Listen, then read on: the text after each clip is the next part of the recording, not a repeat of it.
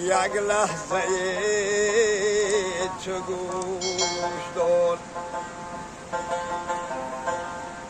از من شنو قصه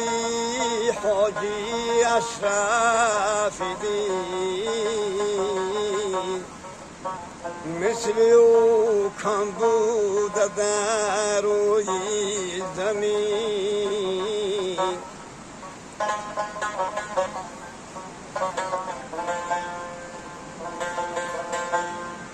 نرگسی شعلا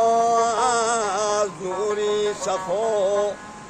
سینه رو لبریز کرده از مهر و وفا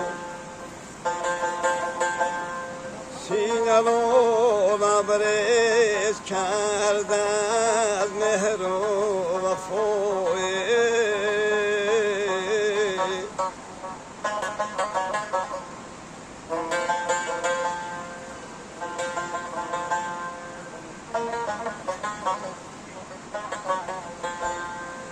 اشرف دین مردی معتبر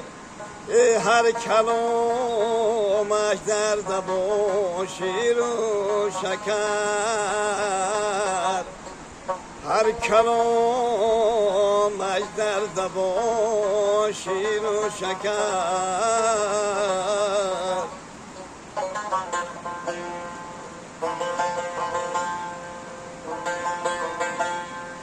جاده ای و جاده ای احسان بوده جاده ای و جاده ای احسان بوده ای در دلش گنجینه ای قرآن بوده در دلش گنجینه ای قرآن بوده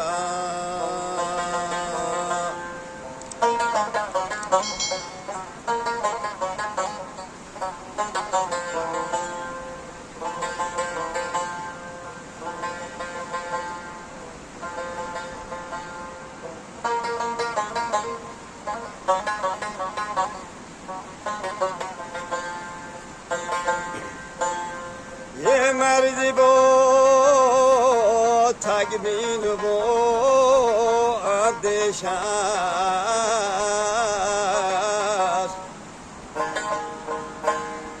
مردی با تگمین و با اندیش است هم سخی و هم سخا پیش است هم سخی و هم سخا پیش است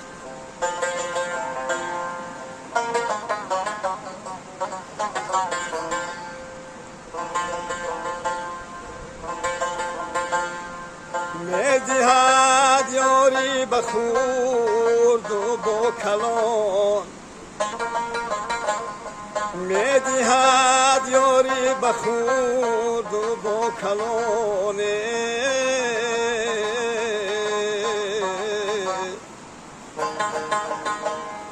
هم به پیر و هم به مردی ناتوان هم به پیر و هم به مردی ناتوان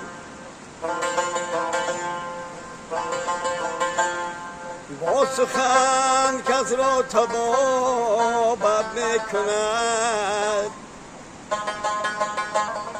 با سخن کس را تبابت میکند از کلامش کس حلاوت میکند از کلامش کس حلاوت میکند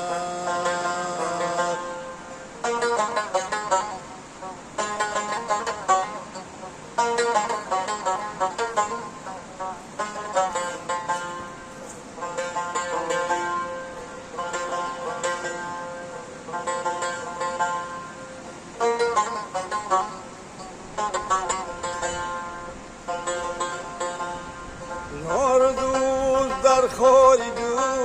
در هر کنار،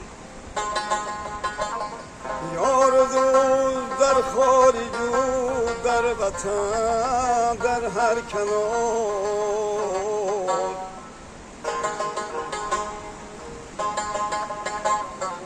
اشرف دین یک مردی ظریف، اشرف دین یک مردی ظریف، تا قیامت دوست باشد با حاجی شریف، تا قیامت دوست باشد با حاجی